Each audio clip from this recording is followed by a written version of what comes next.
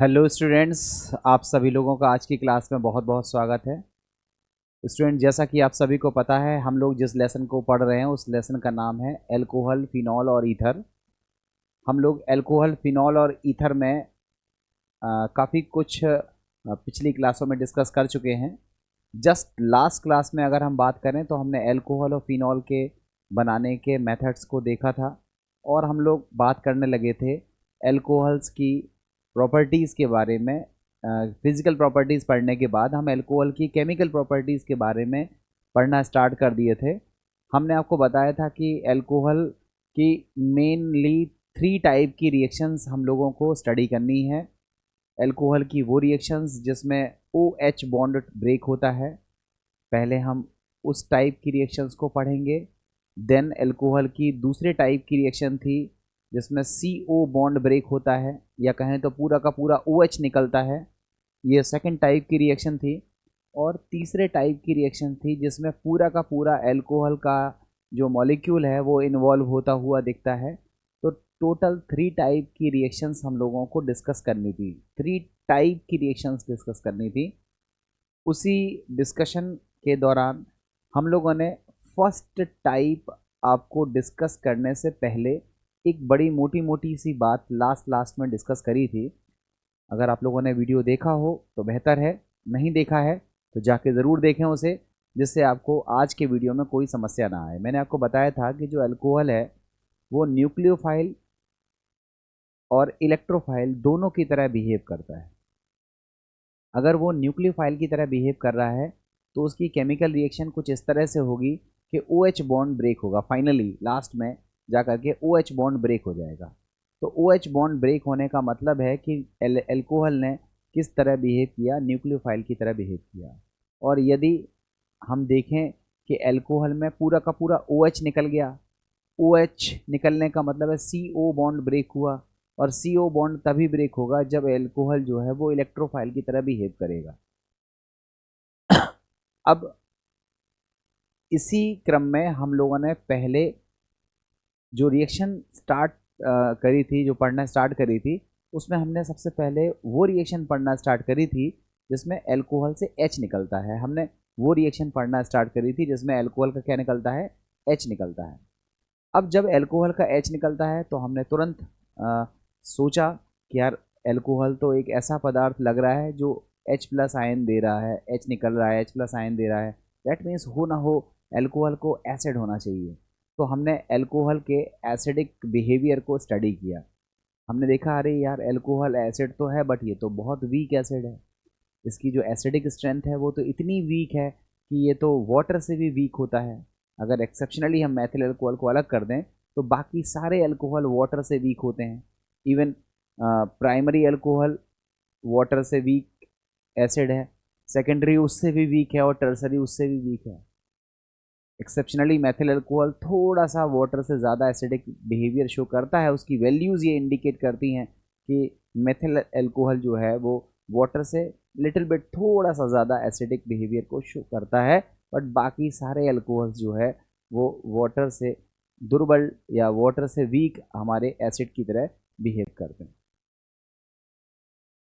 अब हम लोगों ने एसिडिक स्ट्रेंथ को कंपेयर करने के लिए आपको डिस्कस किया था कि एसिडिक स्ट्रेंथ का पता लगाने के लिए जिस आ, हम लोग राशि का इस्तेमाल करते हैं उसका नाम होता है Ka, जिसको हम बोलते हैं डिसोसिएशन कांस्टेंट। आप लास्ट वीडियो में जाके देखें, मैंने सारी चीज़ें डिस्कस करी हैं। डिसोसिएशन कांस्टेंट Ka के बेस पर हम बताते हैं कि कौन सा एसिड वीक है, कौन सा एसिड स्ट्रॉन्ग है। कैसे बताते हैं? अगर Ka का वैल्यू ज़्यादा है तो स्ट्रॉन्ग एसिड है, Ka का वैल्यू कम है तो वीक एसिड है। अगर Ka आपको नहीं दिया है तो एक दूसरी राशि दी होती है जिसको अपन लोग कहते हैं pKa। बेसिकली जो pKa होता है उसका फॉर्मूला होता है माइनस लॉग Ka से ही pKa निकलता है।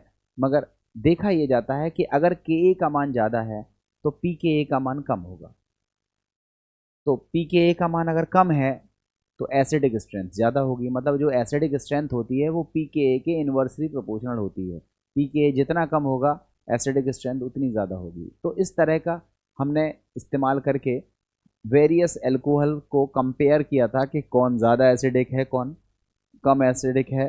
तो अल्कोहल की एसिडिक स्ट्रेंथ हम लोगों ने लास्ट क्लास में डिस्कस करी थी कि जो अल्कोहल है वो वीक एसिडिक नेचर के होते हैं, इवन ये वाटर से भी वीक होते हैं, और ये तो लिटमस पर अपना इम्पैक्ट नहीं डालते हैं, मतलब लिटमस का कलर भी ये चेंज नहीं कर पाते, वाटर से भी वीक हैं। जिस तरह वाटर में लिटमस का कलर चेंज नहीं होता है, उसी तरह से अल्कोहल में भी लिटमस का कलर चेंज नहीं होता है। फिर भी इनका दुर्बल एसिडिक बिहेवियर देखने के लिए मिलता है।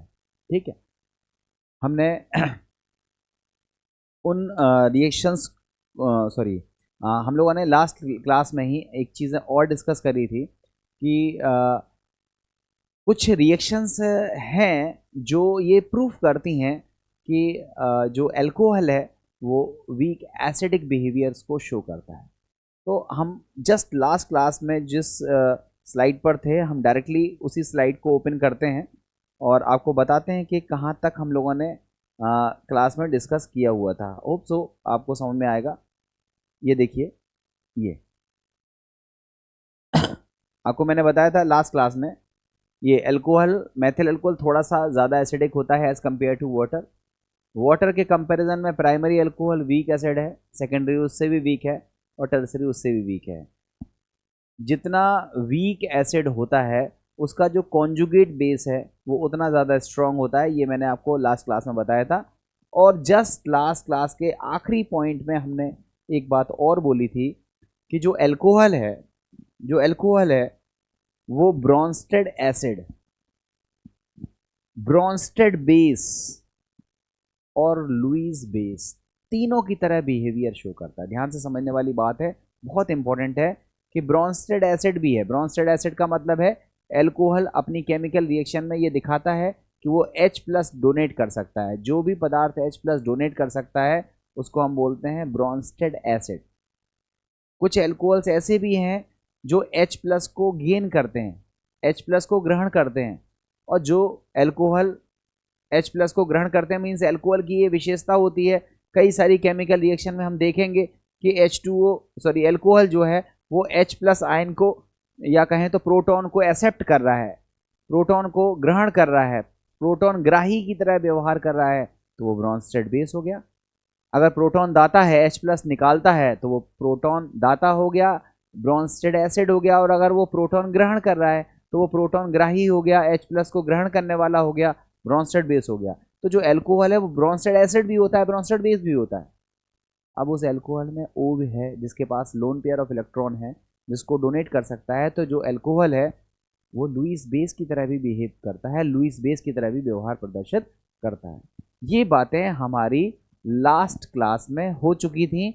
उस लास्ट क्लास का लास्ट पॉइंट हमने लिया, alcohol Bronsted acid that is proton दाता H+ देने वाला, ब्रोंस्टेड बेस अर्थात प्रोटॉन ग्राही अर्थात H+ ग्रहण करने वाला, तथा लुईस बेस अर्थात इलेक्ट्रॉन युग्म दाता होता है। समझाइए, समझाने का पार्ट मैंने बोल के बता दिया है, समझ में आ गया होगा। अब हम लोग अल्कोहल के एसिडिक बिहेवियर को प्रूफ करते हैं, मतलब कुछ ऐसी रिएक्शन पढ़ते हैं जिससे ये सिद्ध करने में, ये प्रूफ करने में आसानी होगी कि जो अल्कोहल होता है वो एसिडिक बिहेवियर को शो करता है। मैंने आपको बताया ना कि ये वीक एसिडिक बिहेवियर शो करता है, तो कैसे प्रूफ करेंगे? तो उसको प्रूफ करने का सबसे बढ़िया तरीका है कि इसकी रिएक्शन, अल्कोहल की रिएक्शन आप एक्टिव मेटल से करा दो। कहोगे सर ये एक्टिव मेटल कौन सी हैं जो ज़्यादा रिएक्टिव होती हैं? कहोगे ज़्यादा रिएक्टिव मेटल कौन सी हैं? तो याद रखो, जिसका इलेक्ट्रोड पोटेंशियल नेगेटिव होता है, सीधा समझ लो, जिसका इलेक्ट्रोड पोटेंशियल नेगेटिव होता है, स्टैंडर्ड रिडक्शन पोटेंशियल नेगेटिव होता है, उसे हम, या ज़्यादा नेगेटिव होता है, उसे हम एक्टिव मेटल्स कहते हैं। Generally alkaline metal, alkali metal, alkaline earth metals, ये सब रिएक्टिव मेटल्स हैं। सोडियम, पोटेशियम, मैग्नीशियम, ये सब एक्टिव मेटल्स हैं। और अगर हम अल्कोहल की रिएक्शन एक्टिव मेटल से करा देते हैं तो एक्टिव मेटल और अल्कोहल के बीच में रिएक्शन होगी, सॉल्ट बनेगा और हाइड्रोजन गैस निकलेगी। हाइड्रोजन गैस जब निकलती है तो ये प्रूफ होता है कि जो अल्कोहल है वो दुर्बल या कहें तो एसिडिक बिहेवियर को शो कर रहा है। मतलब जो भी एसिड होते हैं उनकी रिएक्शन अगर हम एक्टिव मेटल से कराते हैं तो हाइड्रोजन गैस निकलती है और सॉल्ट बनता है। ध्यान से समझना, जैसे सोडियम है, उसकी रिएक्शन हमने HCl से कराई तो NaCl बनेगा, हाइड्रोजन गैस निकलेगी। और एल्कोहल की रिएक्शन अगर हमने सोडियम से कराई तो भी सॉल्ट बनेगा और हाइड्रोजन गैस निकलेगी। तो इसका मतलब एल्कोहल जो है वो HCl की तरह बिहेव कर रहा है, दैट मीन्स एसिड की तरह बिहेव कर रहा है। तो ये विशेषता होती है एल्कोहल की कि एल्कोहल की रिएक्शन अगर हम एक्टिव मेटल के साथ कराते हैं, सोडियम, मैग्नीशियम, एल्यूमिनियम के साथ कराते हैं तो सॉल्ट बनता है, साथ में हाइड्रोजन गैस निकलती है। और हाइड्रोजन गैस का निकलना इस बात का प्रूफ है कि हाँ, वो जो एल्कोहल है वो एसिडिक बिहेवियर को शो कर रहा है। तो यही बात लिखी हुई है, देखो लिखा भी है, एल्कोहल के अम्लीय गुण की पुष्टि निम्न अभिक्रिया से होती है। एल्कोहल सक्रिय धातुओं जैसे सोडियम, मैग्नीशियम, एल्यूमिनियम से क्रिया करके हाइड्रोजन गैस देता है। देखो ये एल्कोहल है, इसकी रिएक्शन सोडियम से कराई है, देखो सोडियम एल्कोक्साइड बन गया है और कौन सी गैस निकली है, हाइड्रोजन।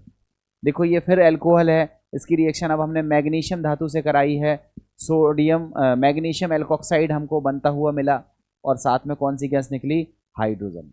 और एट लास्ट अगर हम देखें तो ये हमारे पास एल्कोहल है, इसकी रिएक्शन अगर हम एल्यूमिनियम से कराएंगे तो हमें एल्यूमिनियम टर्सरी ब्यूटॉक्साइड मिल रहा है, साथ में कौन सी गैस मिल रही है, हाइड्रोजन गैस। ये सॉल्ट है और साथ में कौन सी गैस मिल रही है, हाइड्रोजन। इस बात से प्रूफ होता है कि जो एल्कोहल है वो वीक एसिडिक बिहेवियर को शो करता है।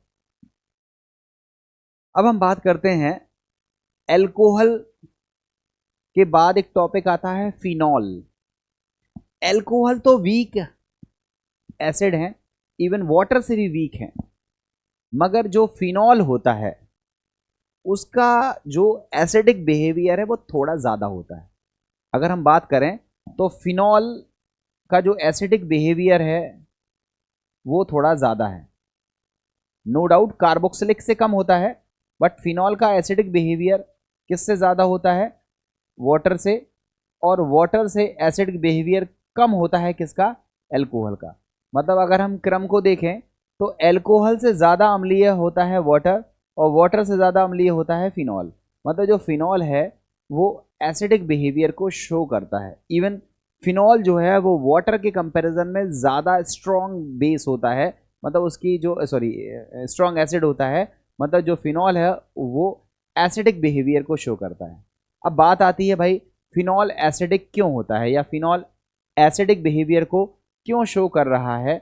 तो उसका रीज़न होता है कि फिनॉल, देखो थोड़ा समझना, ये जो एल्कोहल है अगर 2 मिनट के लिए मान लो कि ये एसिड है तो ये क्या बनाएगा, एल्कोक्साइड आयन। क्या बनाएगा, एल्कोक्साइड आयन। और एल्कोक्साइड आयन में क्या होता है, आर। ये कौन सा इफेक्ट शो करता है, प्लस आई इफेक्ट। और प्लस आई इफेक्ट की वजह से ये कैसा होता है, अनस्टेबल। और एल्कोहल अनस्टेबल एल्कोक्साइड आयन बनाता है, इसलिए ये नहीं बनता है। नहीं बनने का मतलब है H प्लस नहीं बनेगा, और H प्लस नहीं बनेगा तो ये जो एल्कोहल है ये वीक एसिड की तरह बिहेव करता है, या एसिड की तरह बिहेव करता ही नहीं, ऐसा समझ लो। मगर जब हम बात करते हैं फिनॉल की, तो फिनॉल अगर H आयन रिमूव करेगा तो ये क्या बनाएगा, फिनॉक्साइड। क्या बनाएगा, फिनॉक्साइड आयन बनाएगा। और जो फिनॉक्साइड आयन बनता है वो रिजोनेंस स्टेबलाइज होता है, उसमें रिजोनेटिंग स्ट्रक्चर्स बनने लगते हैं। और फिनॉक्साइड आयन में रिजोनेंस स्ट्रक्चर बनने की वजह से स्टेबिलिटी डेवलप होती है। यहाँ एल्कोहल H प्लस निकालकर अनस्टेबल एल्कोक्साइड आयन बना रहा था, मगर फिनॉल H प्लस निकाल करके स्टेबल फिनॉक्साइड आयन बना रहा है। और फिनॉक्साइड आयन की स्टेबिलिटी की वजह से वो जो हमारा फिनॉल है वो एसिडिक बिहेवियर को शो करता है, ऐसा इसमें लिखा हुआ है और आपको मैंने समझा भी दिया। देखो लिखा है फिनॉल एल्कोहल से अधिक अम्लीय होते हैं, इसका कारण फिनॉक्साइड आयन की विभिन्न अनुनादी संरचना या रिजोनेटिंग स्ट्रक्चर द्वारा स्थायित्व प्राप्त करना होता है। कैसे ये स्थायित्व प्राप्त करते हैं इसको देखो, alcohol H plus ion remove करके क्या बनाएगा, एल्कोक्साइड आयन, जो कि लेस स्टेबल है because of plus I effect of alkyl group. और यहाँ फिनॉल H प्लस आयनों को रिमूव करने के बाद बनाएगा फिनॉक्साइड आयन जो कि होते हैं मोर स्टेबल, और मोर स्टेबल क्यों होते हैं? क्योंकि ये रीजोनेटिंग स्ट्रक्चर्स बनाते हैं। रीजोनेटिंग स्ट्रक्चर्स बनाना आप सभी को बनता है। वही देखो, यहाँ देखो, लोन पेयर आएगा, सिंगल बॉन्ड को डबल में कन्वर्ट करेगा, डबल बॉन्ड जाकर सिंगल बॉन्ड में कन्वर्ट होगा, डिलोकलाइजेशन ऑफ पाई इलेक्ट्रॉन्स होगा, लोन पेयर्स का डिलोकलाइजेशन होगा, और फाइनली ये ढेर सारे रीजोनेटिंग स्ट्रक्चर्स बनेंगे। और इन्हीं रीजोनेटिंग स्ट्रक्चर्स की वजह से फिनॉक्साइड आयन कैसा होता है? स्टेबल होता है, और स्टेबल होने की वजह से वो H+ आयन रिमूव करता है फिनॉल, और वो एसिडिक बिहेवियर को शो करता है। लिखा भी है आगे, ये फिनॉल एसिडिक इसलिए होता है। क्लियर हो गया ना? फिनॉल एसिडिक होता है, बट ध्यान से समझिएगा, फिनॉल एसिडिक ज़रूर है, मगर फिनॉल भी लिटमस का कलर चेंज नहीं कर पाता है। ध्यान रखना है, फिनॉल भी इतना एसिडिक नहीं है कि वो लिटमस का कलर चेंज कर पाए। तो फिनॉल के एसिडिक बिहेवियर को हम कैसे प्रूव करेंगे कि वो एसिडिक है? और सारी रिएक्शंस हैं जो फिनॉल शो करता है, बट लिटमस टेस्ट में फिनॉल परफेक्टली पास नहीं हो पाता है। लिटमस का जो चेंज है, कलर चेंज है, वो नहीं होता हुआ दिखता है। तो फिनॉल के एसिडिक बिहेवियर को कैसे प्रूव करते हैं हम आगे बात करेंगे, बट फिलहाल अभी आपको ये मानना है कि फिनॉल जो है वो एल्कोहल वाटर के कंपैरिजन में थोड़ी सी ज़्यादा एसिडिक होती है। अब और एक इंटरेस्टिंग बात है, अगर हम फिनॉल से, ध्यान से समझना बच्चों, अगर हम फिनॉल से, ये हमारे पास क्या है? फिनॉल है, और इस फिनॉल से, ये हमारे पास फिनॉल है, इस फिनॉल से अगर हम एक कोई ग्रुप लगा दें, तो अगर ये ग्रुप इलेक्ट्रॉन विड्रॉइंग ग्रुप है, इलेक्ट्रॉन विड्रॉइंग ग्रुप का मतलब हुआ इलेक्ट्रॉन को अपनी ओर खींचने वाला अगर ग्रुप है, इलेक्ट्रॉन को अपनी ओर खींचने वाला ग्रुप का मतलब है या तो -I है, या तो -R है, या -M कह सकते हो आप। मतलब यदि हमारा ग्रुप इलेक्ट्रॉन को अपनी ओर खींचने वाला है, that means electron withdrawing group है। और इलेक्ट्रॉन विड्रॉइंग ग्रुप कैसे पहचाना जाता है? अगर कोई ग्रुप -I इफेक्ट दिखा रहा है, अगर कोई ग्रुप -R या -M ग्रुप -M इफेक्ट को दिखा रहा है, तो इसका मतलब वो ग्रुप कैसा है? इलेक्ट्रॉन विड्रॉइंग ग्रुप है। और आपको याद रखना है कि इलेक्ट्रॉन विड्रॉइंग ग्रुप अगर लगे हों, अगर ग्रुप कैसा हो? इलेक्ट्रॉन विड्रॉइंग ग्रुप हो, तो याद रखिएगा एसिडिक स्ट्रेंथ, एसिडिक स्ट्रेंथ क्या हो जाती है? बढ़ जाती है। एसिडिक स्ट्रेंथ क्या हो जाती है? इंक्रीज कर जाती है, अगर इलेक्ट्रॉन विड्रॉइंग ग्रुप लगे हुए हों तो। अगर कोई ग्रुप कैसा लगा हुआ है? इलेक्ट्रॉन रिलीजिंग ग्रुप लगा हुआ है। रिलीजिंग ग्रुप का मतलब समझते हो? इलेक्ट्रॉन रिलीजिंग ग्रुप लगा हुआ है, इसका मतलब या तो वो +I ग्रुप होगा, या फिर वो +R ग्रुप होगा। इसी को बोलते हैं इलेक्ट्रॉन रिलीजिंग ग्रुप। और इलेक्ट्रॉन रिलीजिंग ग्रुप क्या करता है? इलेक्ट्रॉन को रिलीज करता है। मतलब अभी इलेक्ट्रॉन को ये खींच रहा था, अगर इलेक्ट्रॉन रिलीजिंग ग्रुप होता तो ये इलेक्ट्रॉन को अंदर की तरफ भेजने लगता। तो इलेक्ट्रॉन रिलीजिंग ग्रुप अगर लगा हो, तो वहां पर हम क्या देखते हैं कि जो एसिडिक स्ट्रेंथ होती है वो क्या हो जाती है? घट जाती है। तो बच्चों ध्यान से समझना है एक बड़ी इंटरेस्टिंग बात, कि फिनॉल से अगर इलेक्ट्रॉन विड्रॉइंग ग्रुप लगा हुआ है, आप कहोगे सर इलेक्ट्रॉन विड्रॉइंग ग्रुप के कुछ 2-4 एग्जाम्पल तो दे दो। तो देखो, इलेक्ट्रॉन विड्रॉइंग ग्रुप के बहुत सारे एग्जाम्पल्स होते हैं, मैं 1-2 एग्जाम्पल्स लिख रहा हूँ। जैसे 2 मिनट के लिए हम बात करें NO2, ये ग्रुप कैसा है? इलेक्ट्रॉन विड्रॉइंग ग्रुप है। जैसे ग्रुप है COOH, ये इलेक्ट्रॉन विड्रॉइंग ग्रुप है। ये हमारे पास X ग्रुप है, जिसको हम हेलो ग्रुप कह रहे हैं, ये इलेक्ट्रॉन विड्रॉइंग ग्रुप है।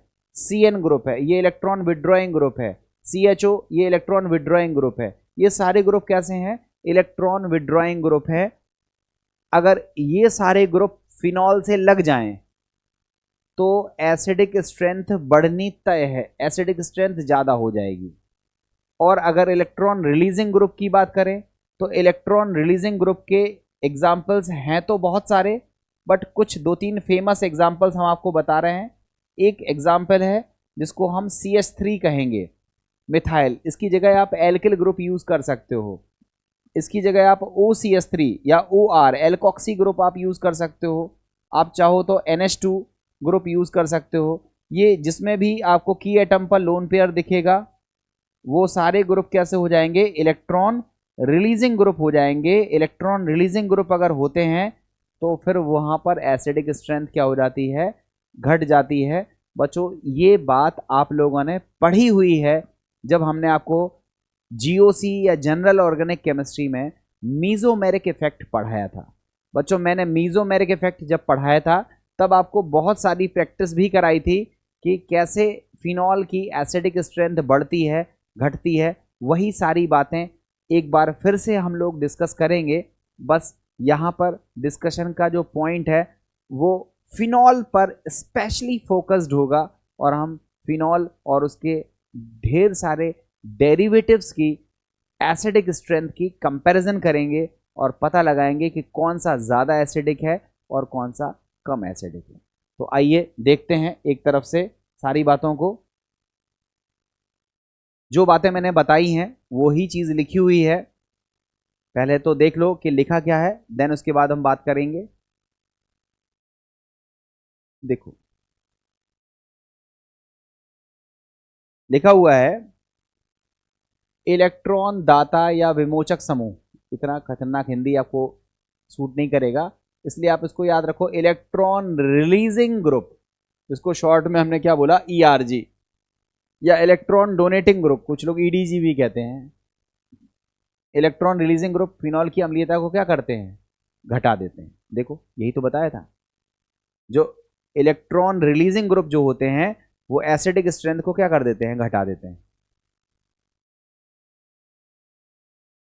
और इलेक्ट्रॉन ग्राही या इलेक्ट्रॉन अपनयक समूह जिसको हम बोलते हैं इलेक्ट्रॉन विथड्रॉइंग ग्रुप, जिसको हम ईडब्ल्यूजी कह रहे हैं, ये फिनॉल की अम्लीयता को क्या कर देते हैं, बढ़ा देते हैं। देखो यही बात तो करी थी कि जो इलेक्ट्रॉन विथड्रॉइंग ग्रुप होते हैं ये एसिडिक स्ट्रेंथ को क्या कर देते हैं, बढ़ा देते हैं। क्लियर बात हुई। अब देखो एक एक करके, ध्यान से समझना। ये हमारे पास है फिनॉल, ध्यान से देखो, ये मैंने क्रम लगा रखा है बट मैं समझा दे रहा हूं। देखो ये हमारे पास है फिनॉल। अब इस फिनॉल से हमने एक ग्रुप लगाया Cl, एक ग्रुप लगाया CHO और एक ग्रुप लगाया NO2। ध्यान से समझना, ठीक है। और एक ग्रुप लगाया CH3, एक ग्रुप लगाया OCH3। अब फिनॉल की एसिडिक स्ट्रेंथ ग्रुप लगाने से या तो बढ़ जाएगी या फिर घट जाएगी। तो एसिडिक स्ट्रेंथ बढ़ेगी कब और घटेगी कब, इसका डिसाइड कैसे होगा कि हमारा जो ग्रुप लगा है वो कौन सा इफेक्ट डालता है और कौन सा इफेक्ट इम्पैक्ट ज़्यादा डालता है, मतलब कौन सा डोमिनेटिंग इफेक्ट है। जैसे ये जो Cl ग्रुप है ये दो इफेक्ट लगाता है, -I लगाता है और +M लगाता है या +R लगाता है। कुछ लोग M लिखते हैं, कुछ लोग R लिखते हैं। तो आपको पता है Cl का कौन सा इफेक्ट ज़्यादा इफेक्टिव होता है, -I ज़्यादा इफेक्ट डालता है। मतलब फाइनली क्लोरीन का काम इलेक्ट्रॉन खींचना है, क्लोरीन इलेक्ट्रॉन को खींच ले जाता है क्योंकि -I ज़्यादा डोमिनेट करता है ओवर +M इफेक्ट। तो जो Cl है वो इलेक्ट्रॉन विड्रॉइंग की तरह काम करने लगता है, इसलिए Cl की जो एसिडिक स्ट्रेंथ है वो फिनॉल से क्या हो जाती है, ज़्यादा। ठीक है, अब बात करते हैं CHO की। तो जो CHO ग्रुप है वो इलेक्ट्रॉन को विड्रॉ करता है और यहां पर कौन सा इफेक्ट काम करता है, यहां इफेक्ट काम करता है -M इफेक्ट। और मीजोमेरिक इफेक्ट इंडक्टिव की तुलना में बहुत ज़्यादा इफेक्टिव होता है। तो यहां मीजोमेरिक इफेक्ट काम कर रहा है इलेक्ट्रॉन को खींचने में। यहां पर इलेक्ट्रॉन को खींचने में कौन सा इफेक्ट काम कर रहा है, -I, जो कि एक कमजोर इफेक्ट है मगर फिर भी खींच तो रहा ही है। यहां इलेक्ट्रॉन को खींचने वाला इफेक्ट कौन सा है, -M इफेक्ट, जो कि ज्यादा इफेक्टिव होता है। और CHO से ज्यादा -M प्रभाव कौन लगाता है, NO2। मतलब NO2 के लिए -M पावर ज्यादा है। इलेक्ट्रॉन के खींचने की सबसे ज्यादा ताकत किसके पास है, NO2 के पास। सबसे ज्यादा इलेक्ट्रॉन विड्रॉइंग ग्रुप कौन सा है, NO2। इसलिए सबसे ज्यादा बेसिक कौन सा होगा, नाइट्रोफिनॉल। उससे कम बेसिक कौन सा होगा, बेसिक कह रहा हूं, सबसे स्ट्रॉन्ग एसिड कौन सा होगा, नाइट्रोफिनॉल। उससे कमजोर एसिड कौन सा होगा, तो ये एल्डिहाइड ग्रुप जिसमें लगा हुआ है वह उससे कमजोर होगा। Cl वाला उससे कमजोर होगा, बट ये तीनों के तीनों फिनॉल से ज्यादा अम्लीय होंगे क्योंकि ये फाइनली इलेक्ट्रॉन्स को विड्रॉ तो कर रहे हैं। यहां देखो CH3 प्लस आई इफेक्ट लगाता है तो ये एसिडिक स्ट्रेंथ को घटा देता है क्योंकि ये इलेक्ट्रॉन विड्रॉ कर रहा, सॉरी इलेक्ट्रॉन रिलीज कर रहा है। तो ये जो CH3 है ये इलेक्ट्रॉन रिलीजिंग ग्रुप है और इलेक्ट्रॉन रिलीजिंग ग्रुप की वजह से इसकी जो एसिडिक स्ट्रेंथ है ये फिनॉल से कम होगी। यहाँ पर इफेक्ट कौन सा है, प्लस आई, और यहाँ पर इफेक्ट कौन सा है, प्लस एम। कौन सा इफेक्ट चल रहा है, प्लस एम। तो यहाँ इलेक्ट्रॉन डेंसिटी घट रही है because of plus M effect. Plus M effect की वजह से इलेक्ट्रॉन डेंसिटी क्या हो रही है, घट रही है। इसलिए सबसे वीक एसिड कौन सा होगा, जिसमें मेथॉक्सी ग्रुप लगा हुआ है, और सबसे स्ट्रॉन्ग कौन सा होगा, NO2। बच्चों बहुत सरल सी चीज़ है, ज़्यादा उलझो मत, आप केवल इतना समझो फिनॉल एसिडिक नेचर का होता है। ठीक बात। अगर फिनॉल से हमने कोई ग्रुप लगा दिया तो पहले ग्रुप को देखो कि वो इलेक्ट्रॉन विड्रॉ कर रहा है या इलेक्ट्रॉन रिलीज कर रहा है। अगर इलेक्ट्रॉन विड्रॉ कर रहा है तो एसिडिक स्ट्रेंथ बढ़ जाएगी, इलेक्ट्रॉन रिलीज कर रहा है तो एसिडिक स्ट्रेंथ घट जाएगी। अब इलेक्ट्रॉन विड्रॉ करने के लिए दो दो इफेक्ट काम करते हैं, -I -M। तो आप देखो -I काम कर रहा है, -M काम कर रहा है, ये सब चीज़ आपको चेक करनी पड़ेगी और ये सारी चीज़ आप मीजोमेरिक इफेक्ट में पढ़ चुके हैं, हम दोबारा से बहुत डिटेल में नहीं जा पाएंगे। ये इसका आंसर है, इस तरह से आपको इसको करना है। हम लोग देखते हैं एक आध चीज़ें और। ये हमने एसिडिक स्ट्रेंथ को pKa के बेस पर लगाया है, जिसका pKa कम होगा वो ज़्यादा स्ट्रॉन्ग एसिड होगा। देखो 7.14 है, सबसे कम है इन सब में, तो सबसे स्ट्रॉन्ग एसिड ये है। उसके बाद थोड़ा सा ज़्यादा है इसलिए उसके कंपैरिजन में दुर्बल है। ऐसे धीरे धीरे pKa के वैल्यू दिए हुए हैं जो कि आपको एसिडिक स्ट्रेंथ को इंडिकेट करते हैं कि कौन ज़्यादा स्ट्रॉन्ग एसिड है, कौन सा कम स्ट्रॉन्ग एसिड है। तो आपको ये चीज़ समझ में आ गई होगी। अब देखो एक क्वेश्चन और देखते हैं। ये देखो, ये हमारे पास फिनॉल है और इस फिनॉल से हमने ग्रुप लगाए हुए हैं नाइट्रो, सॉरी, ये फिनॉल से हमने ग्रुप लगा रखे हैं नाइट्रो। यहाँ पर भी देखो ग्रुप लगाया है नाइट्रो, यहाँ पर भी नाइट्रो और यहाँ फिनॉल। तो आप पहले तो ये बताओ, ये फिनॉल है, इस पर कोई ग्रुप नहीं लगा है। ये नाइट्रो नाइट्रो नाइट्रो ग्रुप लगा रखे हैं। नाइट्रो ग्रुप कैसे होते हैं, इलेक्ट्रॉन विड्रॉइंग ग्रुप होते हैं। तो इन तीनों नाइट्रो वाले की जो एसिडिक स्ट्रेंथ है वो फिनॉल से ज़्यादा होगी, मतलब इन चारों में सबसे वीक कौन सा होगा, फिनॉल। एक बात तो समझ में आ गई। अब जो नाइट्रो ग्रुप है वो दो इफेक्ट लगाता है, एक तो -I और दूसरा -M। -I -M। तो आप खुद से बताओ -I और -M जो काम करेगा वो, यहाँ देखो, यहाँ I का इफेक्ट कौन सा है, I नज़दीक है। देखो OH ग्रुप और NO2 ग्रुप पास पास में है और I इफेक्ट डिस्टेंस पे डिपेंडेंट होता है। तो ऑर्थो पोजीशन पर I की पोजीशन कैसी है कि ये मैक्सिमम इफेक्ट डालता है, तो -I इफेक्ट मैक्सिमम होगा ऑर्थो पर, और -M इफेक्ट भी डिस्टेंस से तो इंडिपेंडेंट होता है। तो -M इफेक्ट यहाँ भी लग रहा है, -M इफेक्ट यहाँ भी लग रहा है। देखो M इफेक्ट ऑर्थो पे लगता है और पैरा पे लगता है, तो M इफेक्ट यहाँ भी लग रहा है और M इफेक्ट यहाँ पर भी लग रहा है। M इफेक्ट -M इफेक्ट की वजह से इलेक्ट्रॉन डेंसिटी कम हो रही है।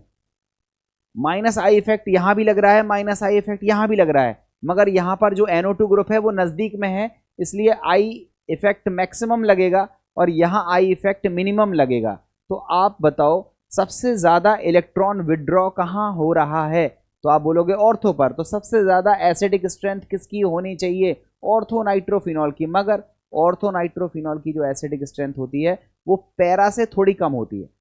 होनी चाहिए ज़्यादा, मगर होती क्या है एक्चुअली में, पैरा से थोड़ी कम होती है। क्यों, क्योंकि यहाँ पर हाइड्रोजन बॉन्डिंग बनने लगती है और यहाँ पर हाइड्रोजन बॉन्डिंग बनने की वजह से H रिमूव नहीं हो पाता है और H रिमूव ना होने की वजह से ये वीक एसिड की तरह बिहेव करता है, पैरा के कंपैरिजन में थोड़ा सा वीक होता है। होना चाहिए स्ट्रॉन्ग, मगर हाइड्रोजन बॉन्डिंग की वजह से ये वीक होता है। तो ऑर्थो नाइट्रोफिनॉल से ज़्यादा कौन निकल जाता है, पैरा, क्योंकि यहाँ पर OH ग्रुप और NO2 ग्रुप के बीच में दूरी ज़्यादा है, यहाँ दूरी ज़्यादा होने की वजह से हाइड्रोजन बॉन्डिंग नहीं हो पाती है और यहाँ पर H आसानी से निकल जाता है। तो सबसे ज़्यादा स्ट्रॉन्ग एसिड कौन सा होगा? पैरा वाला, फिर ऑर्थो वाला, फिर मेटा। मेटा पर M इफेक्ट नहीं लगता है, केवल I इफेक्ट लगता है।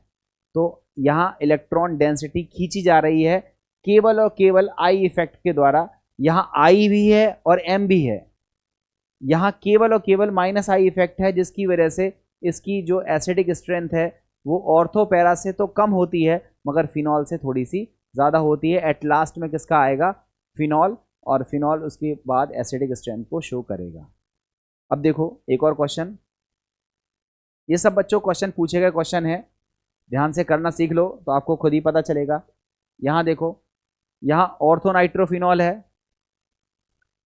आप यहाँ देखो, यहाँ जो फिनॉल है इस पर एक NO2 ग्रुप लगा हुआ है, यहाँ दो NO2 ग्रुप लगे हुए हैं और यहाँ तीन NO2 ग्रुप लगे हुए हैं। आपको पता है कि NO2 group electron withdrawing group की तरह बिहेव करता है और इलेक्ट्रॉन विड्रॉइंग ग्रुप लगने से एसिडिक स्ट्रेंथ बढ़ जाती है। यहाँ पर एसिडिक स्ट्रेंथ थोड़ी बढ़ेगी क्योंकि एक NO2 लगा है, यहाँ दो NO2 लगे हैं, एसिडिक स्ट्रेंथ और ज़्यादा बढ़ जाएगी। और सबसे ज़्यादा एसिडिक स्ट्रेंथ किसकी हो जाएगी? जिसमें तीन NO2 ग्रुप लगे हुए हैं।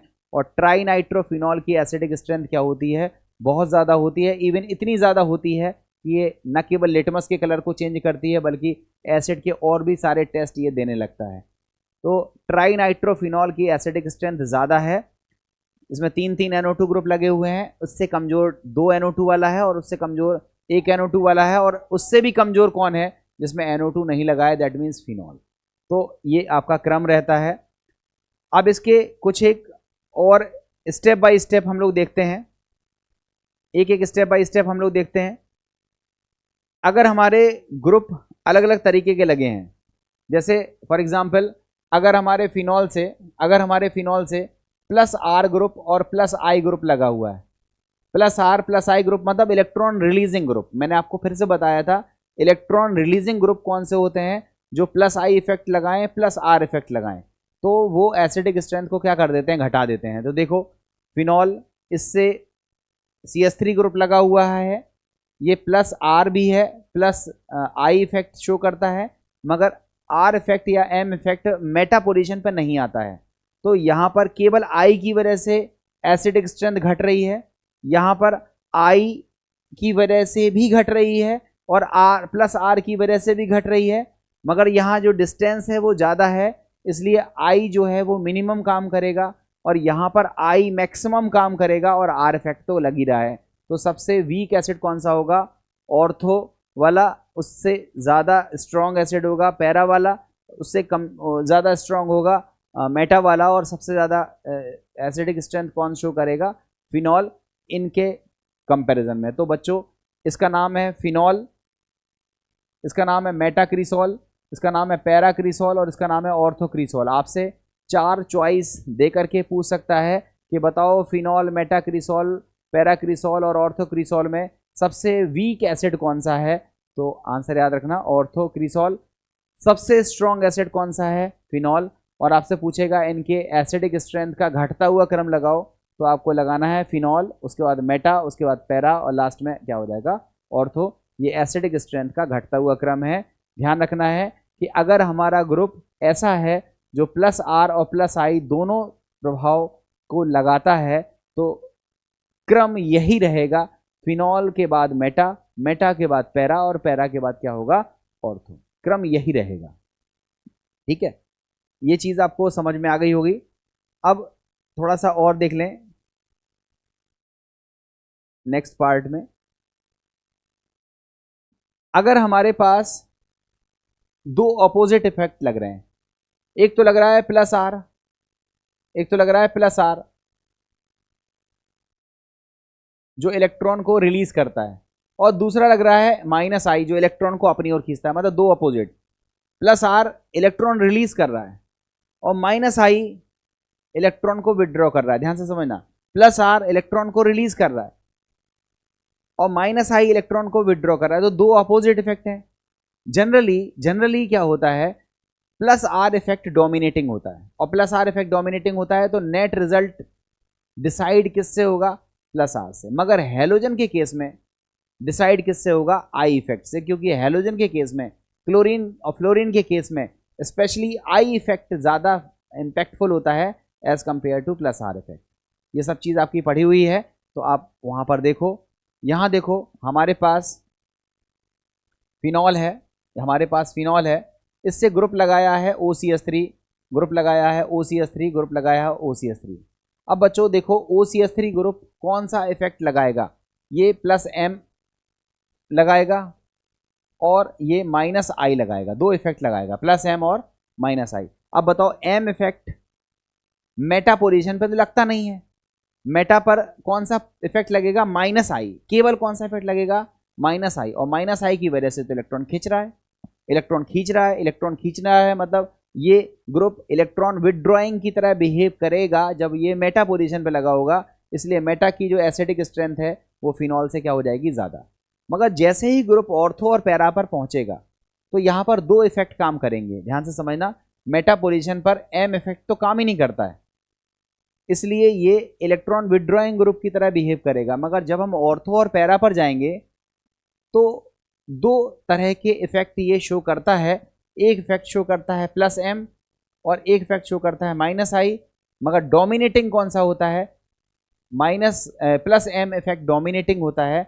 मतलब नेट रिजल्ट क्या होता है कि इलेक्ट्रॉन डेंसिटी जो है वो घटने लगती है, तो ये जो है वो वीक एसिड की तरह बिहेव करता है एज कंपेयर टू फिनॉल, ठीक है, एज कंपेयर टू फिनॉल। तो ये बच्चों इस चीज़ से आप निकाल सकते हो, ये इसका सीक्वेंस है। ऐसे बहुत सारे सीक्वेंस आपने पढ़े हुए हैं, तो आप इन सीक्वेंस को बना लीजिएगा, कर लीजिएगा। अब देखो अगर हेलो ग्रुप लगा हुआ है, हेलो ग्रुप लगा हुआ है तो इसका क्रम क्या होता है, ऑर्थो, मेटा, पैरा और लास्ट में फिनॉल।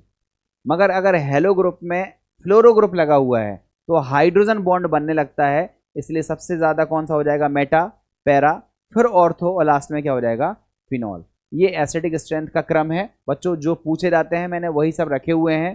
तो ऑर्थो फ्लोरोटोलुइन, ऑर्थो क्लोरोटोलुइन, ऑर्थो ब्रोमोटोलुइन, इस तरह के क्वेश्चंस बना करके आपसे पूछ सकता है, तो आपको ये क्रम बनाने आते होंगे। ये वैसे मैं इसकी प्रैक्टिस मीज़ोमेरिक में करा चुका हूँ, और मीज़ोमेरिक में जो बच्चे ने प्रैक्टिस करी है उन्हें ये टॉपिक समझ में भी आ रहा होगा।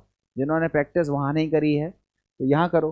देखो ये अल्कोहल है, अल्कोहल से ज़्यादा एसिडिक कौन है, फिनॉल, और फिनॉल से वीक एसिड वो फिनॉल है जिसमें इलेक्ट्रॉन रिलीजिंग ग्रुप लगा हुआ है। तो फिनॉल से वीक एसिड वो फिनॉल जिसमें इलेक्ट्रॉन रिलीजिंग ग्रुप लगा हुआ है, और फिनॉल से भी वीक एसिड कौन है, अल्कोहल।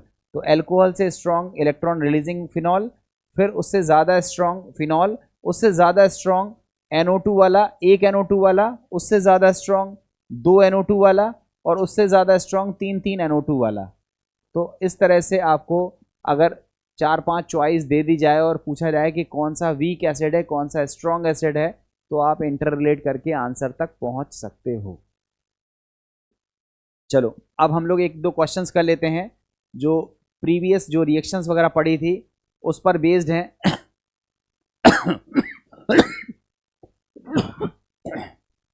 आप देखो ये सल्फोनिक एसिड का सोडियम सॉल्ट है, NaOH के साथ फ्यूज करोगे सोडियम फिनॉक्साइड बनेगा, और उसको एसिडिफाई करोगे तो ये वाला पार्ट बदल जाएगा OH में। फिनॉल बनाने के मेथड में सीखा होगा, तो जो रिजल्ट आएगा उसमें CH3 तो ज्यों का त्यों रहेगा, यहां पर OH आ जाएगा, तो ये हमारा आंसर है।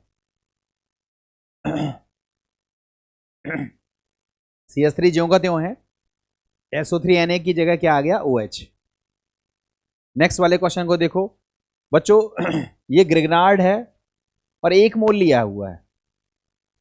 ग्रिग्नार्ड की रिएक्शन जब हम अल्कोहल से कराते हैं और फिनॉल से कराते हैं तो एसिडिक हाइड्रोजन हटता है। अब ये वाला हाइड्रोजन एसिडिक भी है और ये वाला हाइड्रोजन भी एसिडिक है, मगर ये फिनॉल का हाइड्रोजन है। आपको पता है फिनॉल ज़्यादा एसिडिक होता है एज कम्पेयर टू अल्कोहल। ये अल्कोहल है, ये फिनॉल है, तो ये वाला H हटेगा, ये वाला H नहीं हटेगा। फाइनली आपको यहाँ OMgBr मिलेगा, इस वाले पर कोई भी प्रभाव नहीं पड़ेगा क्योंकि हमारे पास इसका एक ही मोल है, एक ही H हटाना है, तो यही वाला हटेगा, ये नहीं हटेगा। तो इसको तो ज्यों का त्यों रखोगे, और इसको हटा करके क्या लगाओगे, MgBr, और साथ में ये C2H5H के साथ रिएक्शन करके क्या बनाएगा, C2H6, जिसको हम बोलेंगे इथेन। तो इस तरह से बच्चों हमें क्वेश्चंस करने होते हैं, और इसमें किसी बच्चे को कोई डाउट हो तो आप पूछ सकते हो। इसमें कोई भी डाउट हो तो आप अपना पूछ लीजिए, और यदि आपको ये समझ में आ गया है तो एक क्वेश्चन और है मेरे पास, उसको ट्राई कीजिए।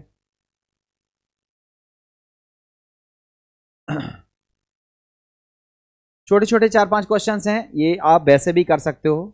आप बच्चों बताओ, समझाइए कि प्रोपेनॉल का क्वथनांक हाइड्रोकार्बन ब्यूटेन से अधिक होता है।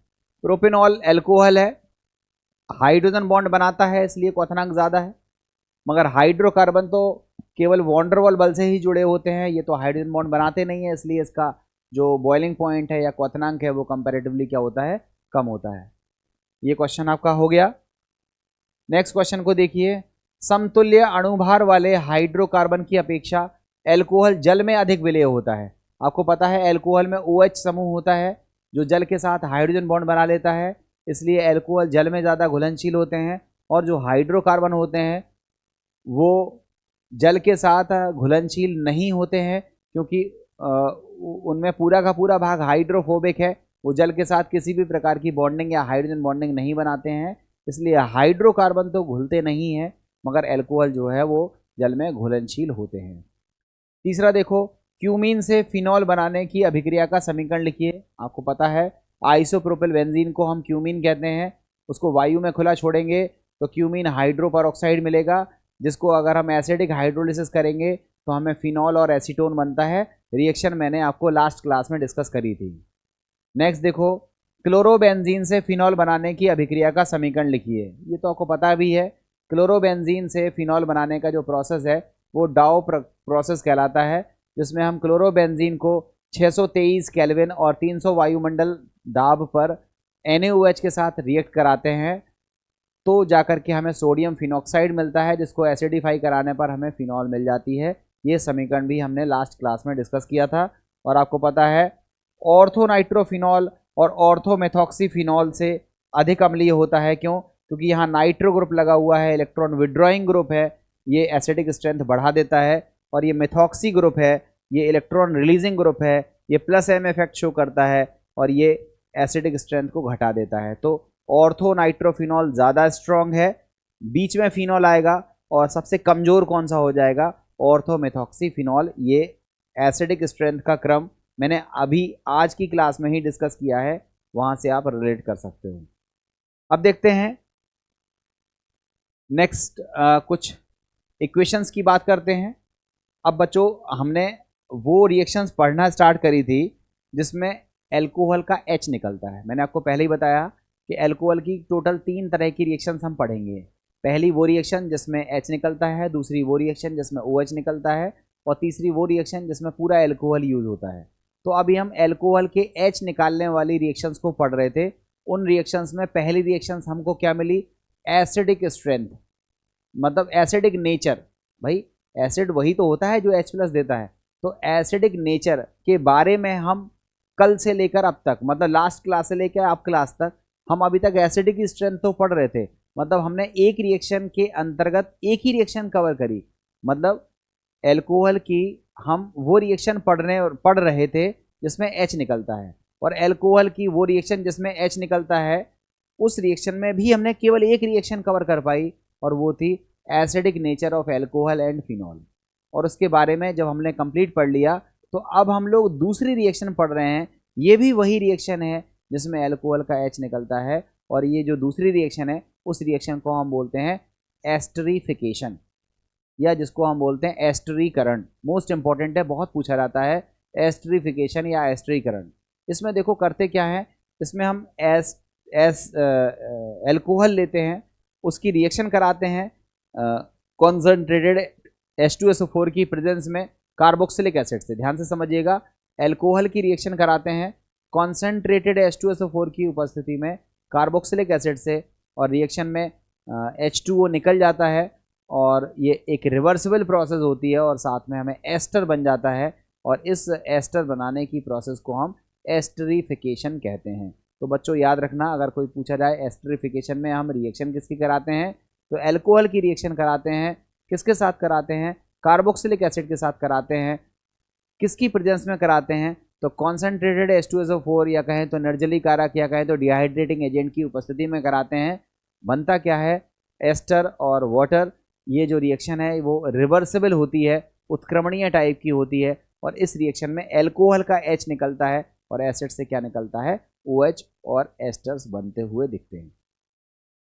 अगर हम 4 एल्कोहल ऑब्जेक्टिव में दे दें और आपसे पूछें कि बताओ कौन सा एल्कोहल एस्टरीफिकेशन के लिए सबसे ज़्यादा अप्रोप्रिएट है, सबसे ज़्यादा उपयुक्त है, तो आपको पता है कि एल्कोहल की एस्टरीफिकेशन प्रोसेस में H निकलता है एल्कोहल से। और आपको बताया था पिछली क्लास में कि जब एल्कोहल से H निकलता है तो एल्कोहल की रिएक्टिविटी का ऑर्डर क्या होता है? प्राइमरी सबसे ज़्यादा रिएक्टिव होता है, उसके बाद सेकेंडरी, और सबसे कमज़ोर सबसे खराब रिएक्शन कौन देता है? टर्सरी एल्कोहल, स्पेशली तब जब H निकलता है। तो एस्टरीफिकेशन में अगर आपको एल्कोहल्स दिए हैं तो सबसे फास्ट रिएक्शन कौन करेगा? प्राइमरी एल्कोहल, उससे कमज़ोर सेकेंडरी, और उससे भी कमज़ोर टर्सरी एल्कोहल। इसी तरह से अगर हम कार्बोक्सिलिक एसिड की बात करें तो अगर कार्बोक्सिलिक एसिड में कम मेथिल ग्रुप है या कहें तो हिंड्रेंस कम है, स्टेरिक हिंड्रेंस अगर कम है, तो वो कार्बोक्सिलिक एसिड ज़्यादा फास्ट रिएक्ट करेगा। जैसे एसिटिक एसिड, इसमें 2 ही कार्बन का एसिड है, एक है प्रोपेनोइक एसिड, इसमें 3 कार्बन का एसिड हो गया। तो जितने ज़्यादा कार्बन बढ़ते जाएंगे, जितना ज़्यादा हिंड्रेंस प्रोड्यूस होता जाएगा, कार्बोक्सिलिक एसिड की स्ट्रेंथ भी क्या होती जाएगी? घटती जाएगी। तो ये सारी बातें हमें क्वेश्चन के फॉर्म में दी जा सकती हैं। एस्टरीफिकेशन में एल्कोहल की रिएक्टिविटी का घटता हुआ क्रम क्या है? प्राइमरी सबसे ज़्यादा क्रियाशील, उसके बाद सेकेंडरी, उसके बाद टर्सरी। और कार्बोक्सिलिक एसिड की रिएक्टिविटी का क्या क्रम हो जाएगा? सबसे कम हिंड्रेंस जहां होता है वो कार्बोक्सिलिक एसिड एस्टरीफिकेशन प्रोसेस में सबसे ज़्यादा क्रियाशील होगा, और जिसमें हिंड्रेंस ज़्यादा होगा वो कार्बोक्सिलिक एसिड एस्टरीफिकेशन प्रोसेस में लीस्ट रिएक्टिव होगा या सबसे कम क्रियाशीलता को दिखाएगा। ये सारी बातें यहाँ लिखी हुई हैं, ध्यान से देखो। एल्कोहल की कुछ अन्य अभिक्रियाएं जिसमें OH आबंध टूटता है, हमें OH आबंध को तोड़ने वाली रिएक्शंस को पढ़ना है।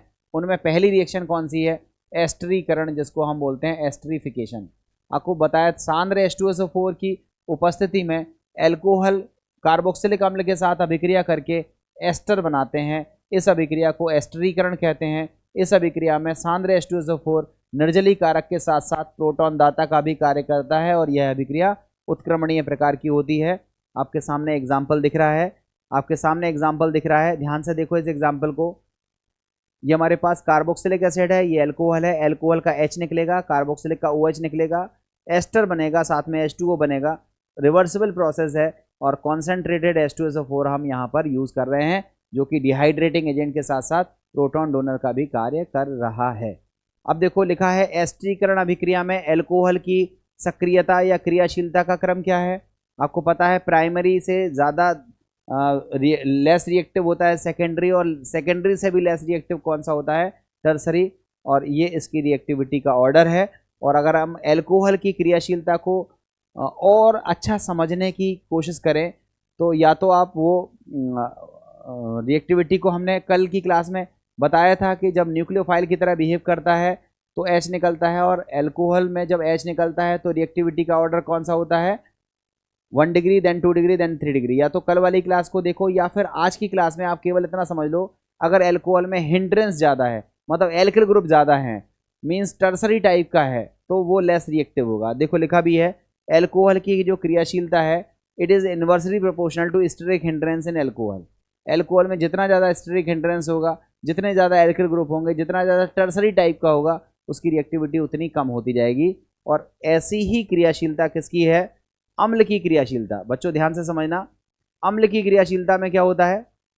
ये अम्ल की क्रियाशीलता किसके प्रति है? एस्टरीफिकेशन में।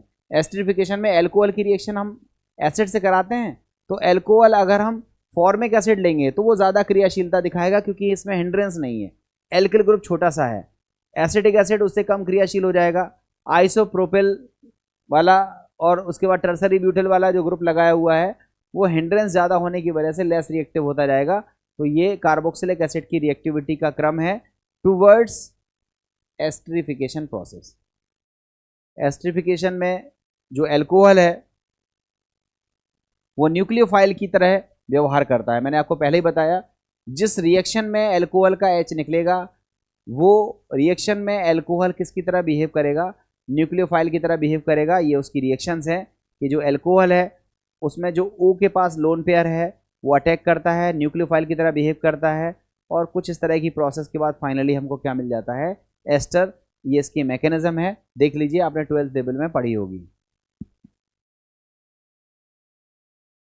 अब देखो हम लोग बात करते हैं एसिटिलीकरण की। एस्टरीकरण से मिलता जुलता प्रोसेस है एसिटिलीकरण, ध्यान से समझना। एस्टरीफिकेशन से मिलता जुलता प्रोसेस है एसिटिलीकरण। एसिटिलीकरण में भी हम एस्टर ही बनाते हैं, मगर इसमें रिएक्शन रिवर्सिबल नहीं होती, और यहां पर हम एल्कोहल की रिएक्शन कार्बोक्सिलिक एसिड से नहीं कराते हैं बल्कि कार्बोक्सिलिक एसिड के डेरिवेटिव से कराते हैं। और डेरिवेटिव कौन से होना चाहिए, या तो एसिड क्लोराइड होना चाहिए या फिर एनहाइड्राइड होना चाहिए। मतलब कहने का ये हुआ कि एल्कोहल की रिएक्शन अगर हम बेस की प्रेजेंस में बेस अगर हम एसिड क्लोराइड लेते हैं तो पिरिडीन बेस यूज़ करते हैं, और अगर हम एनहाइड्राइड लेते हैं तो हम सोडियम एसीटेट बेस का यूज़ करते हैं। तो फिलहाल अगर हम एल्कोहल की रिएक्शन बेस की प्रेजेंस में या तो एसिटिल क्लोराइड के साथ कराते हैं या एसिटिक एनहाइड्राइड के साथ कराते हैं तो इस प्रोसेस में एस्टर बनता है।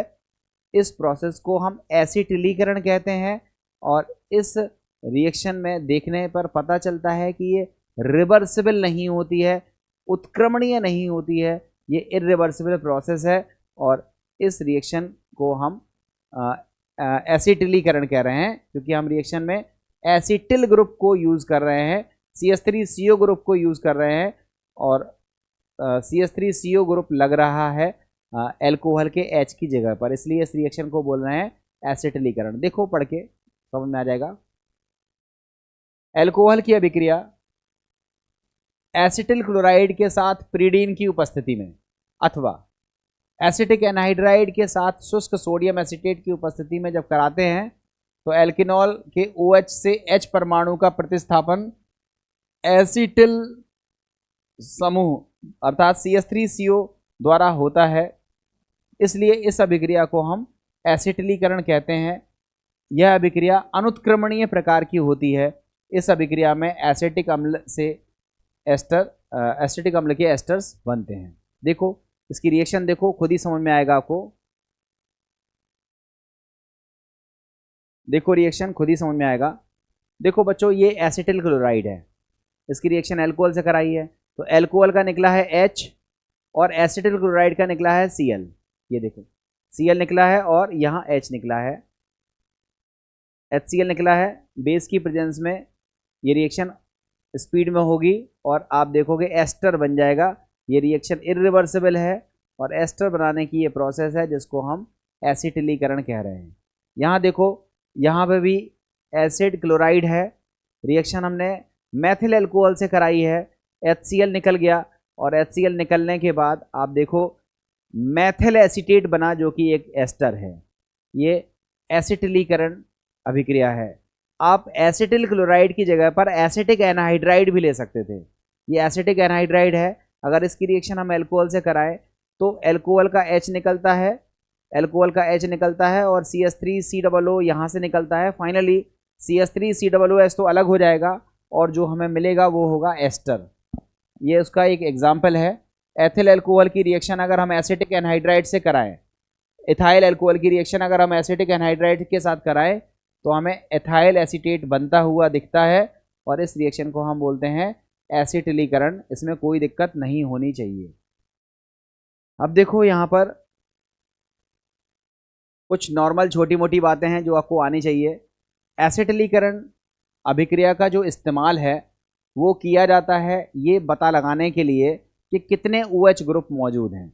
मतलब अगर किसी कंपाउंड में OH की संख्या हमें पता लगानी हो कि 1 OH है, 2 OH हैं, 3 OH हैं, 5 OH हैं, तो हम कौन सी रिएक्शन इस्तेमाल करते हैं, एसिटिलीकरण अभिक्रिया का हम उपयोग करते हैं। और आपने बच्चों सीखा होगा कार्बोहाइड्रेट में जब हमने ग्लूकोज या फ्रक्टोज पढ़ाया होगा तब आपको बताया होगा कि सिद्ध करो ग्लूकोज के पास 5 OH ग्रुप होते हैं या फ्रक्टोज के पास 5 OH ग्रुप होते हैं। तो OH ग्रुप की संख्या पता लगाने के लिए आपने ग्लूकोज या फ्रक्टोज की रिएक्शन किससे कराई थी, या तो एसिटिल क्लोराइड से कराई थी या एसिटिक एनहाइड्राइड से कराई थी, तब हमें ग्लूकोज पेंटा एसीटेट आपको बना था। और ये वो रिएक्शन थी जिससे ये सिद्ध हुआ था कि ग्लूकोज के पास 5-5 OH ग्रुप या फ्रक्टोज के पास 5-5 OH ग्रुप मौजूद हैं। तो एसिटिलीकरण रिएक्शन का सबसे ज़्यादा उपयोग होता है ये पता लगाने के लिए कि हमारे कंपाउंड में कितने OH ग्रुप मौजूद हैं।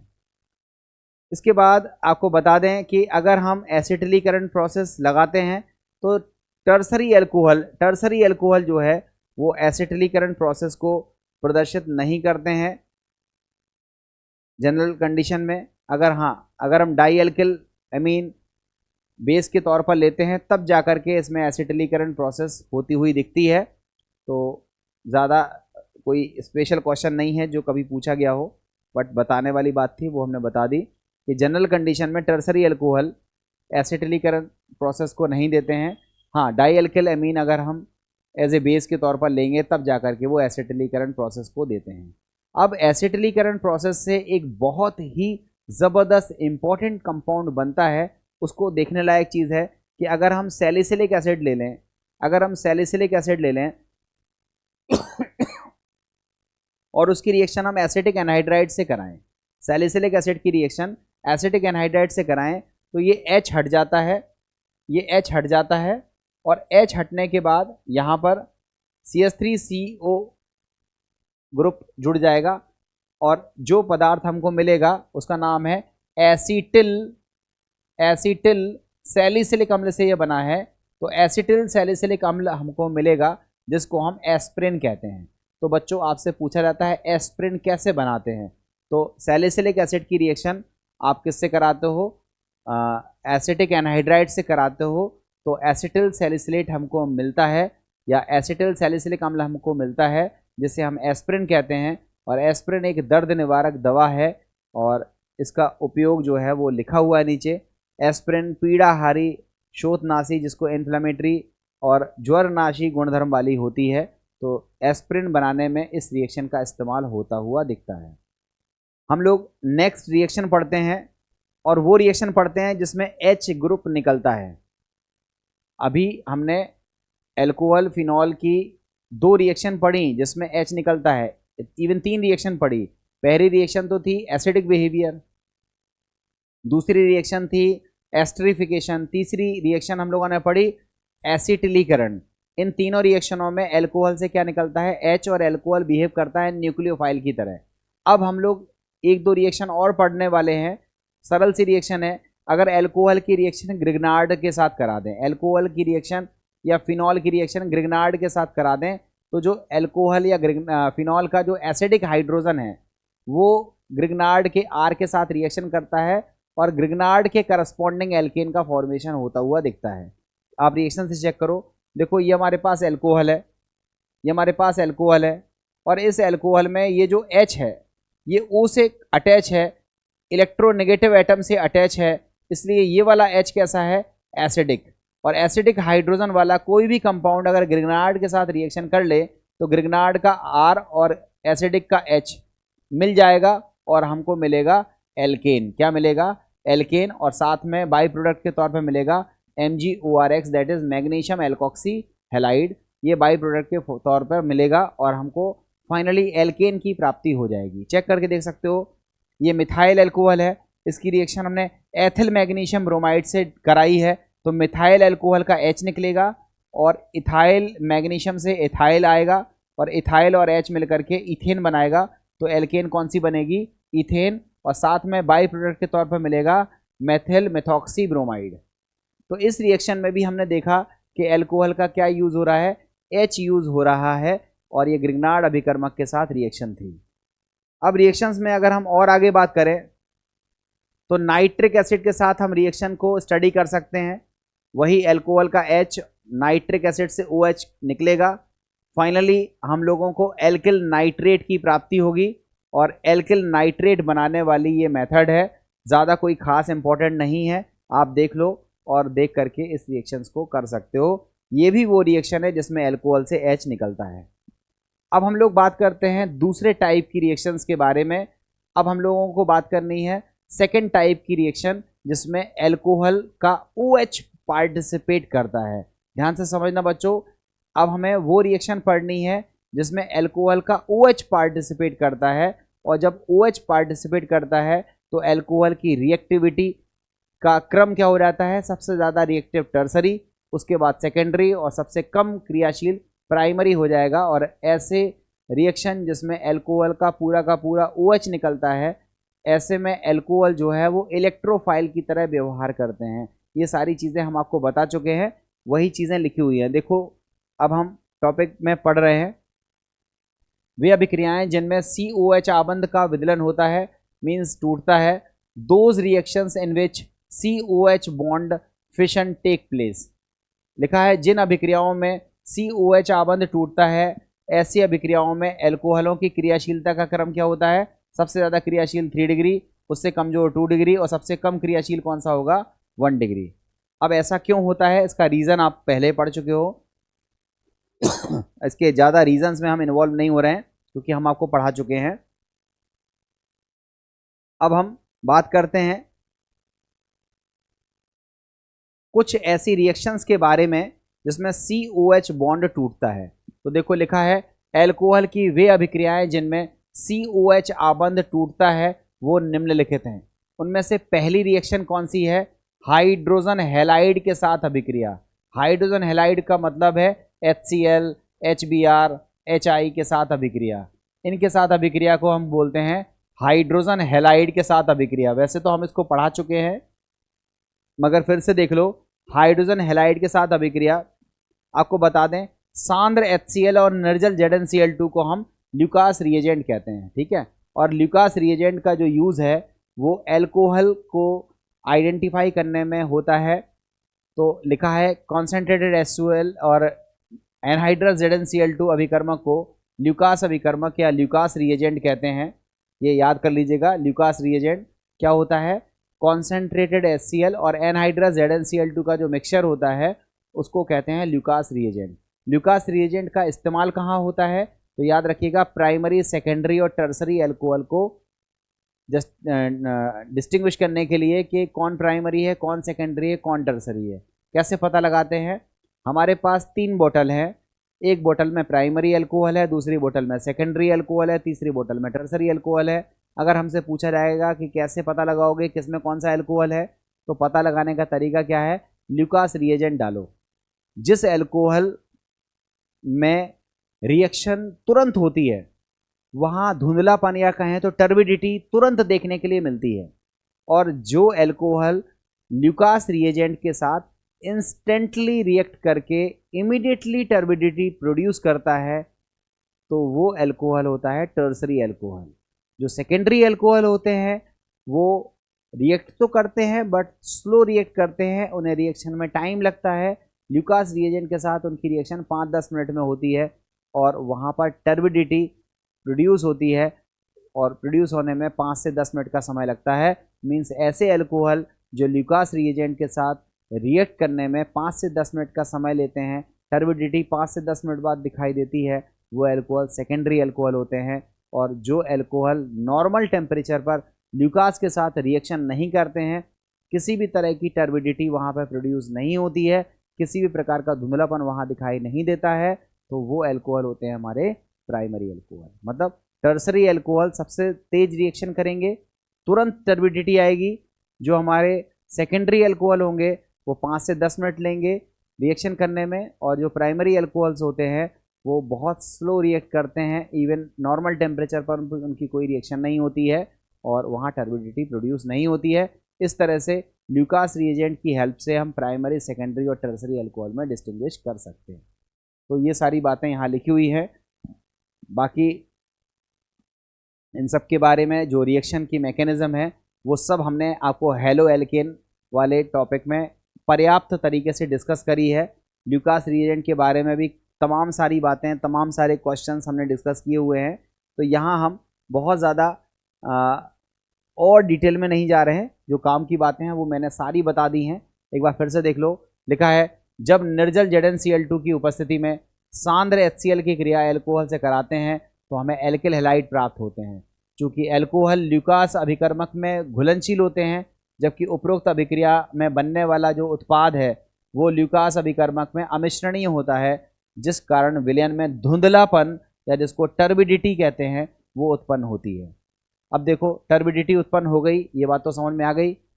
अब जो टर्सरी एल्कोहल है, देखो आगे लिखा भी है, ल्यूकास अभिकर्मक की सहायता से हम 1 डिग्री 2 डिग्री 3 डिग्री एल्कोहल में विभेद करते हैं। कैसे? लिखा है 3 डिग्री एल्कोहल ल्यूकास अभिकर्मक से क्रिया करके तुरंत ही धुंधलापन या टर्बिडिटी उत्पन्न करता है। कैसे? ये टर्सरी एल्कोहल है, HCl से रिएक्शन करेगा, OH और H हट जाएगा और यहाँ पर Cl means tertiary butyl chloride बन जाएगा और इसकी वजह से तुरंत टर्बिडिटी प्रोड्यूस होती है।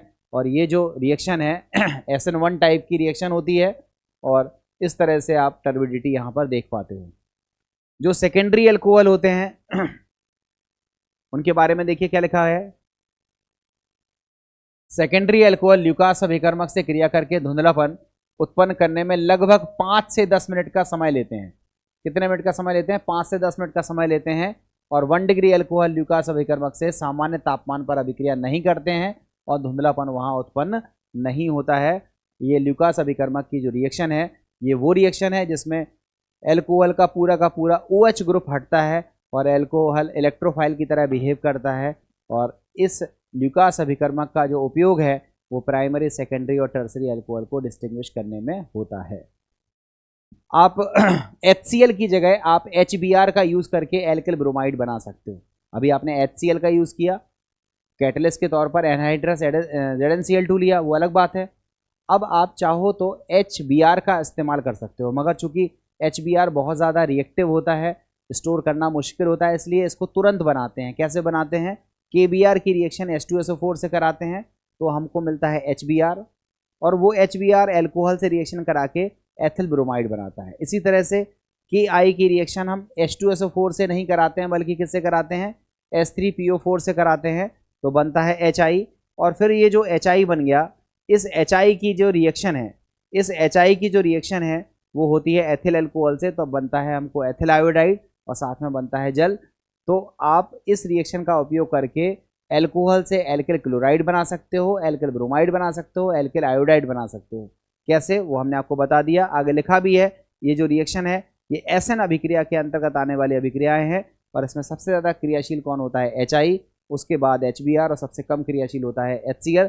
इसलिए HCl की जब हम रिएक्शन कराते हैं तो वहाँ पर हमें anhydrous ZnCl2 as a catalyst के तौर पर यूज़ करना पड़ता है। तो आई थिंक आपको ये बातें सारी समझ में आ गई होंगी और ये सारी बातें हमें उस रिएक्शंस के बारे में बताती हैं जो रिएक्शन होती है जिसमें एल्कोहल का OH निकलता है। अब एल्कोहल में OH निकलने वाली एक दो रिएक्शंस और भी हैं, ये आपने पढ़ी हुई है हेलो एल्केन वाले टॉपिक में।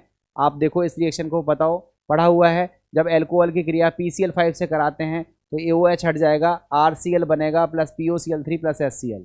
इस रिएक्शन में भी आप देखोगे एल्कोहल का OH निकलता है। अगर आप PCl का यूज़ नहीं कर रहे हो, PCl3 यूज़ कर रहे हो तो एल्कोहल के कितने मोल लेने पड़ेंगे? 3 मोल। और आप देखोगे 3 OH निकलेंगे, 3 Cl लगेंगे, एल्किल क्लोराइड बनेगा और साथ में H3PO3 बनेगा। ये रिएक्शन भी आपकी पड़ी हुई है। आप PCl3 की जगह पर PBr3 और PI3 नहीं लेते हैं। क्यों नहीं ले पाते हैं? क्योंकि ये अनस्टेबल होते हैं या ज़्यादा स्थायी नहीं होते हैं, इसलिए ये बना बनाया नहीं रखते हैं। PBr3 PI3 बना बनाया नहीं रखते हैं। इसको हम लोग रेड फास्फोरस और HI की रिएक्शन कराते हैं। तो देखो अगर हम रेड फास्फोरस और HI की रिएक्शन कराएंगे तब जाकर के एल्किल आयोडाइड प्राप्त होता है। एक रिएक्शन और आपने पढ़ी हुई है, एल्किल क्लोराइड में पढ़ा हुआ, एल्किल हैलाइड में पढ़ा होगा, जिसको हम डार्जन रिएक्शन भी कहते हैं। थायोनिल क्लोराइड जिसका सूत्र होता है SOCl2 से। तो एल्कोहल की रिएक्शन अगर हम थायोनिल क्लोराइड से कराते हैं तो एल्किल क्लोराइड बनता है, SO2 गैस निकलती है, HCl निकलता है। चूँकि गैसियस बाई प्रोडक्ट्स हैं, ईजिली निकल जाते हैं, इसलिए हमें एल्किल क्लोराइड इस रिएक्शन में प्योर मिलता है। इसलिए ये एल्किल क्लोराइड बनाने की बेस्ट मेथड है। SOBr2 और SOI2 ये अनस्टेबल होते हैं, इवन नेचर में नहीं पाए जाते हैं, इसलिए हम इस रिएक्शन से केवल और केवल एल्किल क्लोराइड बनाते हैं। एल्किल ब्रोमाइड और एल्किल आयोडाइड इस विधि से नहीं बनाया जाता है। इस विधि में एक और ख़ास बात है, SNI मैकेनिज्म फॉलो होती है, रिटेंशन एंड कॉन्फ़िगरेशन देखने के लिए मिलता है। और अगर हम यहाँ पिरिडीन का यूज़ करें तो वहाँ पर कंप्लीट इन्वर्जन देखने के लिए मिलेगा और वो SN2 मैकेनिज्म के अनुसार रिएक्शंस होती हुई दिखती है। इसके बारे में काफ़ी डिटेल बात हमने हेलो एल्केन हेलो एरीन वाले वीडियोज़ में करी है, आप वहाँ जा कर के देख सकते हैं। हमने आपको एक चीज़ और भी बताई थी कि यहाँ पर OH निकलता है एल्कोहल का, इसलिए जो रिएक्टिविटी का ऑर्डर है वो पहले टर्सरी एल्कोहल है, देन सेकेंडरी है और सबसे आखिरी में कौन सा है, प्राइमरी एल्कोहल है। ये सारी बातें लिखी हुई हैं, आप पढ़ के देखना, सारी स्लाइड्स आपके सामने ओपन करता जा रहा हूँ मैं और एक एक चीज़ें बोलता चला जा रहा हूँ। जो भी डाउट हो आप पूछ सकते हैं। और एल्कोहल की रिएक्टिविटी का क्रम किस तरह डिसाइड होता है ये मैंने पिछली क्लास की वीडियो में समझाया है, उसको आप देख सकते हो। अब देखो, हमें कुछ और अभिक्रियाएं देखनी है जिसमें एल्कोहल का OH निकलता है, एल्कोहल का OH समूह निकलता है। ये वो अभिक्रियाएं थी, दो टाइप की अभिक्रियाएं हो गई जिसमें H निकलता है और जिसमें OH निकलता है। अब यहाँ पर हम ऐसी अभिक्रियाओं के बारे में बात कर रहे हैं जिसमें एल्कोहल का OH निकलता है और एल्किल ग्रुप भी पार्टिसिपेट करता है। उस रिएक्शन में हम बात करेंगे एल्कोहल के डिहाइड्रेशन की, या कहें तो एल्कोहलों के निर्जलीकरण की। बच्चों, ये एल्कोहलों का निर्जलीकरण हम लोगों ने पढ़ा हुआ है, हमने आपको E1 E2 E1CB रिएक्शंस वगैरह बताई थी मैकेनिज्म के दौरान। वहाँ पर हमने एल्कोहलों के डिहाइड्रेशन को प्रॉपर तरीके से पढ़ा हुआ है। जो भी बातें रिकॉल करने वाली हैं उन बातों को मैं रिकॉल करूँगा। आप सभी को पता होगा कि जब हम डिहाइड्रेशन कराते हैं या डिहाइड्रो हैलोजिनेशन लास्ट चैप्टर में हमने किया था, तब हम लोग ऐसी रिएक्शंस को एलिमिनेशन रिएक्शन कहते हैं। और एलिमिनेशन रिएक्शन में जो प्रोडक्ट बनता है वो सेटजेफ रूल के अकॉर्डिंग बनता है। सेटजेफ रूल के अपोजिट जो रूल होता है उसको बोलते हैं हॉफमैन प्रोडक्ट। यहाँ की क्लास में हम निर्जलीकरण को या डिहाइड्रेशन को पढ़ेंगे ज़रूर, मगर हमारे पढ़ने का जो मोटिव रहेगा वो रहेगा ये कि हम सेटजेफ रूल तो सीखें ही, साथ ही साथ हॉफमैन प्रोडक्ट कब बनता है इसके बारे में भी आपकी जो नॉलेज है वो एडवांस लेवल तक पहुंच जाए। तो हम लोग डिहाइड्रेशन, जिसमें हम सेटजेफ रूल, हॉफमैन रूल के बारे में डिस्कस करेंगे, इसको हम नेक्स्ट क्लास में कवर करेंगे। अभी आज की क्लास में मुझे पूरी विश्वास है कि आप लोग अगर इतनी क्लास को प्रॉपरली देख करके इससे रिलेटेड क्वेश्चंस करते हो तो एक भी क्वेश्चन ऐसा नहीं है जो आप पे ना हो पाए। लगभग सारा कॉन्सेप्ट मैंने आपको डिटेल डिस्कशन के साथ कंप्लीट कर दिया है। जो कुछ भी हिस्से बच गए हैं तो अभी और भी क्लासें बकाया हैं, हम और क्लासों में इसके आगे के टॉपिक को कवर करने की कोशिश करेंगे और कोशिश करेंगे कि आपके ज़्यादा से ज़्यादा क्वेश्चंस होने लगें। आप सभी बच्चों के कोई भी डाउट्स रहते हैं आप ग्रुप पर मुझसे पूछ सकते हैं, पर्सनली मुझसे पूछ सकते हैं, फ़ोन करके मुझसे पूछ सकते हैं। I will try my best. अगर वो डाउट्स क्लियर होने वाले होंगे तो तुरंत आपको डाउट्स क्लियर कर देंगे। और सभी बच्चे इसी तरह मेहनत से पढ़ते रहिए, वीडियोस पूरे देखिए और नोट्स मेंटेन करिए, ये आपके आगे काम आएंगे। अभी फ़िलहाल के लिए थैंक यू। अगली क्लास में इसके बाद फिर मुलाकात होगी।